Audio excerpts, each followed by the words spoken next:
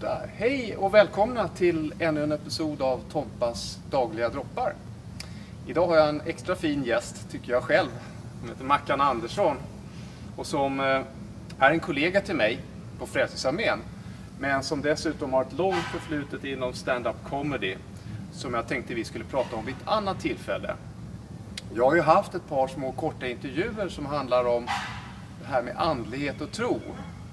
Som någon som har sett den första inspelningen minns så pratade jag där om frågan: finns det en andlig dimension i tillvaron eller icke? Mitt eget svar på det är ja. Sen kan den här andliga dimensionen se väldigt olika ut för olika människor. Och jag vet lite grann om vad Mackan står i det här, men jag tänkte ni också skulle kunna få del av hans ord kring detta. Välkommen hit, Mackan. Tack så mycket. Vad kul att ha dig här. Tack. Vad tror du dina andra gäster kommer att säga när de hör att du är speciellt glad att jag kunde komma? Ja. Det känns fint att vara här. Ja, okej. Ja. Jag får fundera på det. Ja. Nej, men jag tycker det är kul med dig, Mackan. Du har väldigt många strängar på din lyra och det är väldigt intressant att prata med dig. Tack. Och det är jag säker på att andra också kommer att tycka. Jag har ju mött dig också i ett sammanhang här som du har arrangerat som heter Teologi och pizza. Där man verkligen pratar kring de här frågorna på längden och på tvären. Just det. Vilket har varit kul. Jag har inte varit med så många gånger, men ett par tillfällen har varit väldigt intressant. Mm. Men jag tänkte vi kunde börja lite längre tillbaks och fråga dig så här: hur började det här med tro för dig? Oj, jag var... Jag blev kristen, eller liksom fick en kristen tro i tonåren egentligen. Jag följde med vänner till en kyrka i Stockholm, en tjokinnig pingstförsamling som heter Södermalmskyrkan, och var med om en liksom religiös upplevelse där, en upplevelse av Gud. Det jag fick med mig liksom redan från första kvällen var att jag fick de var väldigt noga med att de skulle följa upp liksom det här. Så jag fick en bibel, Nya testamentet, och läste väldigt mycket i det. Men det blev liksom inte min hemförsamling, utan så småningom så hittade, det tog ett tag, men så hittade jag rätt i Frälsningsarmén då. Så att jag har varit liksom först hang around i Frälsningsarmén och sen så småningom blev soldat i Frälsningsarmén. Och officer i Frälsningsarmén. Och officer i Frälsningsarmén numera också, ja. Precis. Kommer du ihåg vad du hade för tankar när du skulle iväg på det här mötet? Vad hade du för förväntningar innan? Jag trodde jag skulle gå på en konsert. Aha! För det var mina kompisar hade pratat väldigt mycket om musiken i den här församlingen. Och jag tyckte väldigt mycket om musik och sådär. Och jag blev väldigt berörd av musiken. Det var det första som hände där. Var det typ lovsång eller var det någonting annat? Jag vet inte riktigt hur man ska liksom definiera det idag. Det här var i slutet på 80-talet. Då var det liksom lovsång med väldigt mycket med typ kör, gospel, kör, stuk och fullt band och blås och allting liksom. Så att det var väldigt men det var tryck i det liksom. Så det var skoj. Musik säger du. Jag vet att musik betyder mycket för dig. Kopplingen musik-andlighet, hur ser den ut för dig? Oj. Vilka bra frågor du har. Tack så bra. Jag har inte funderat jättemycket, men jag tänker att Gud är större än alla våra sätt att uttrycka det. Och jag tror att det enda sättet liksom som vi kan jag ska inte säga göra det rättvisa, men däremot att göra liksom försök att uttrycka det är genom konst och musik och när det till sist blir nästan ordlöst liksom. Poesin. Och för mig är det väldigt tydligt så. Det är därför som jag gillar Bibeln, som är väldigt olika. Det är ju 66 olika böcker i våra Bibel. Och det är väldigt olika genrer. Något är erotik. Flera böcker som är poesi. Flera böcker som är berättelser om Gud. Hur Gud har gripit in i olika människors liv. Och en del människor är beredda att säga att historiskt har det här hänt. Och jag menar att det kan det ha gjort, absolut. Jag ska inte säga att det inte har det, men jag tror att vi kan lära oss någonting av det oavsett liksom, hur historiskt det är, så att säga. Att det är människors erfarenhet av Gud ändå som har samlats i en berättelse. Så i den här boken av berättelser och dikter och sånger och allting så här, så får vi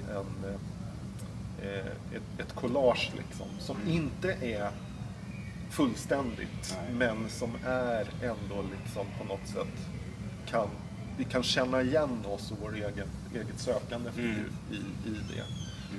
Jag vet inte om det var ett väldigt komplicerat svar, men jag tänker att det var ett svar. Musiken hör ihop med det där i alla fall. Okej, tack. Någonting som jag själv har funderat mycket över, det är ju att det förekommer ju flera olika religioner. Det finns olika trosystem som man kan ansluta sig till eller sympatisera med. Och hur känner du inför det? De som inte är kristna, som låt oss säga att de är buddister eller någonting annat. Vad är ditt förhållningssätt där? Jag följer Jesus och försöker att göra det.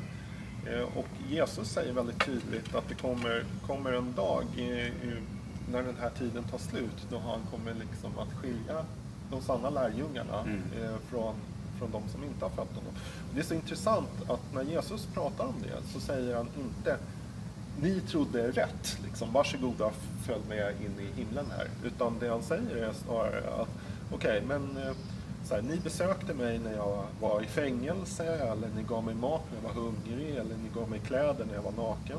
Och då kommer de rättfärdiga att säga, när såg vi dig naken eller i fängelse eller sjuk eller så. Och då kommer han att säga, det ni har gjort mot en av dessa mina minsta, det har ni gjort också mot mig. Och sedan så kommer han att vända sig till de andra, så kommer han att säga, och ni såg mig naken men ni gav mig inga kläder, och ni såg mig hungrig men ni gav mig ingen mat och så vidare. Och så kommer han att säga, gå bort ifrån mig. Och då kommer de att invända, men vi har predikat ditt namn, vi har till och med gjort under och tecken i ditt namn. Och han kommer att säga, gå bort ifrån mig, jag känner er inte. Så för mig är, och det är ju otroligt allvarligt liksom, men för mig så innebär det att det kommer inte an på ett religiöst system i slutändan eller inte. Jag är kristen, jag följer Jesus. Men det betyder inte att jag tror inte att det enbart är kristna människor som på något sätt kommer att gå in i en evighet tillsammans med Gud. Det är intressant. Det där har ju människor väldigt olika uppfattningar kring det. För att min följdfråga var, de personer som, om man jämför de personer som då tillhör andra religioner med de som inte har någon tro alls, kan man värdera det ena högre än det andra? Eller ska man säga att alla de är förtappade för de har inte den rätta tron? Det har du ju nästan svarat på, kan man säga. Jag kan inte tro så. Däremot så kan jag ju uppleva ibland att det är lättare att prata med människor som har någon form av tro eller bekänner sig till någon form av andlighet om andliga frågor än människor som är väldigt så här hårt ateistiska, om vi säger. Men jag har ingen... Gud måste vara större än allt det där, känner jag. Jag menar,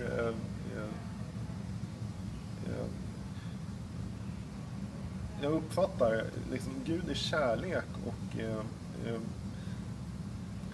klarar av att, du vet, förlåta synd och så det är så konstigt att på något sätt göra det här till ett villkor då i så fall. Tror folk tillräckligt rätt? Liksom.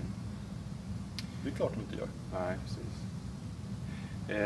Förutom det självklara, nämligen kärlek, vad är det för andra värderingar som du tycker är viktiga att ha med sig för att kunna leva ett bra liv? Jag tror inte vi behöver någonting mer än kärlek. På riktigt tror jag inte det. Men det är klart att söka efter sanning är alltid, för mig är det otroligt viktigt. Och jag är ju ganska västerländsk på det sättet att jag liksom gillar logik och så här, filosofi och så, som ett sökande efter sanning, helt enkelt, vetenskap. Så, men jag tänker att värderingar måste vara, kärleken måste alltid vara först och sist liksom. Om vi älskar varandra så då är det svårt att liksom både behandla varandra på ett oschysst sätt och sen framförallt så plötsligt inser vi att vi har ett ansvar för varandra som syskon. Så. I det kristna sammanhanget pratar man ju också om syndernas förlåtelse. Då är jag nyfiken på hur du ser på det här med synd. Vad är synd? Synd, eller... Förlåt, nu måste jag få nörda. Ja, nörda på. Ja. Du är en nörd och det är en av de intressanta sakerna med dig, Mackan. Ja, det finns ett ord om man läser på... Det ord som vi översätter till synd på svenska är hamartia på grekiska. Och det betyder att missa målet. Så synd är egentligen, det behöver inte vara någonting som man är medveten om, utan man kan vara medveten om det, men det kan också vara att man inte är medveten om att man missar målet som Gud på något sätt har med ditt liv. Det kan ju vara att man just agerar kärlekslöst mot någon, eller man låter bli att agera kärleksfullt mot någon, eller vad det nu kan vara för någonting. Så är det. Men det fina är just att det finns en förlåtelse för synd i den kristna tron. Och, det står i Bibeln, och jag förtröstar på det, att jag menar, bekänner jag min synd så är Gud liksom trofast och har lovat och förlåta det. Jag kan ju försöka att liksom minska skadan, och det tycker jag är viktigt. Liksom så här, om jag kommer på mig själv med att ha gjort någonting korkat, att man ber om förlåtelse och att man försöker liksom att upprätta den relation som kanske har tagit skada eller vad det nu är för någonting. Men där vi inte räcker till, så att säga, så kan Gud liksom komma in och förlåta oss. Det tycker jag är väldigt viktigt. Just det, den aspekten det ska vi prata om vid ett annat tillfälle. Det är så att både Mackan och jag är engagerade i någonting som heter Celebrate Recovery. Och det är en variant av så kallade 12-stegsprogrammen.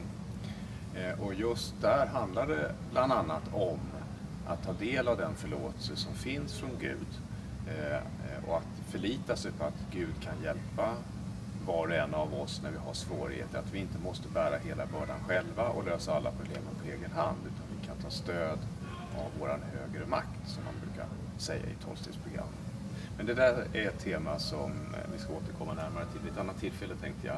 Jag tänkte avsluta med, be dig berätta den lilla episod som du återgav för några veckor sedan som handlade om att du var på väg in till en gudstjänst och det började regna. Ja. Kan du inte berätta den, för den tyckte jag var så fin. Vad som hände då egentligen? Apropå att det är regn på gång här nämligen just nu, man varnat för det. Jag stod och väntade på bussen först hemma hos mig och det började regna och jag höll på att bli på lite så här dåligt humör. Sen så åkte jag på bussen och sen så steg jag av bussen och då regnade det så att det hade börjat regna på riktigt liksom så. Och först så var jag lite så här, det här var ju trist då liksom. Jag hade inga regnkläder och så. Men sen vad som var så häftigt var att plötsligt så hörde jag, alltså jag ser ju inte med mina ögon, men så hörde jag vart allting var i regnet. Jag hörde plötsligt, här är ett hus och här står en bil och här står en cykel vid en stolpe och när regndropparna liksom träffade allting. Och det var så häftigt, det var som om, för mig var det en hälsning ifrån Gud. Att man kan se saker på olika sätt. Och för mig så var det en sån här stund då jag fick se, vilket var det var en jättestark upplevelse för mig. Hur jag liksom kunde rent av liksom se eller höra då hur långt bort saker och ting var och formen på grejer och så här liksom när vattnet rann på. Så nu älskar jag att vara ute i regnet. Ja. Jag tycker att det är häftigt att vara ute i regnet nu. Men, ja. Tack så mycket, fantastiskt. Och då ska jag bara avrunda det hela med att också säga det att när jag hade bestämt att jag skulle börja med den här videobloggen så funderade jag såklart över vad den här skulle kallas. Och som ni vet nu så heter ju den Tompas dagliga droppar. Och det namnet, det hade jag precis bestämt mig för innan jag fick höra den här berättelsen. Så att det blev ju rysningen för mig, för då kände jag nämligen att jag fick också en bekräftelse på att det var rätt. Därför att hela det här programmet med de här videosnuttarna handlar ju så mycket om hur vi ska kunna utveckla våra liv, hur vi ska kunna uppskatta våra liv, hur vi ska kunna göra det bästa av vår tillvaro. Vi som sitter här på den här sidan av kameran och alla ni som tittar och lyssnar på de här berättelserna. Att ni ska bli inspirerade och känna, vad bra, nej men så kan jag göra, så kan jag tänka och det finns nya möjligheter. Livet är en fantastisk resa om man väljer att ta vara på det. Tack för att ni är med på Tompas dagliga droppar och varmt välkomna åter. Hej då! Ja, Majka! Tack. Du får dricka kaffe.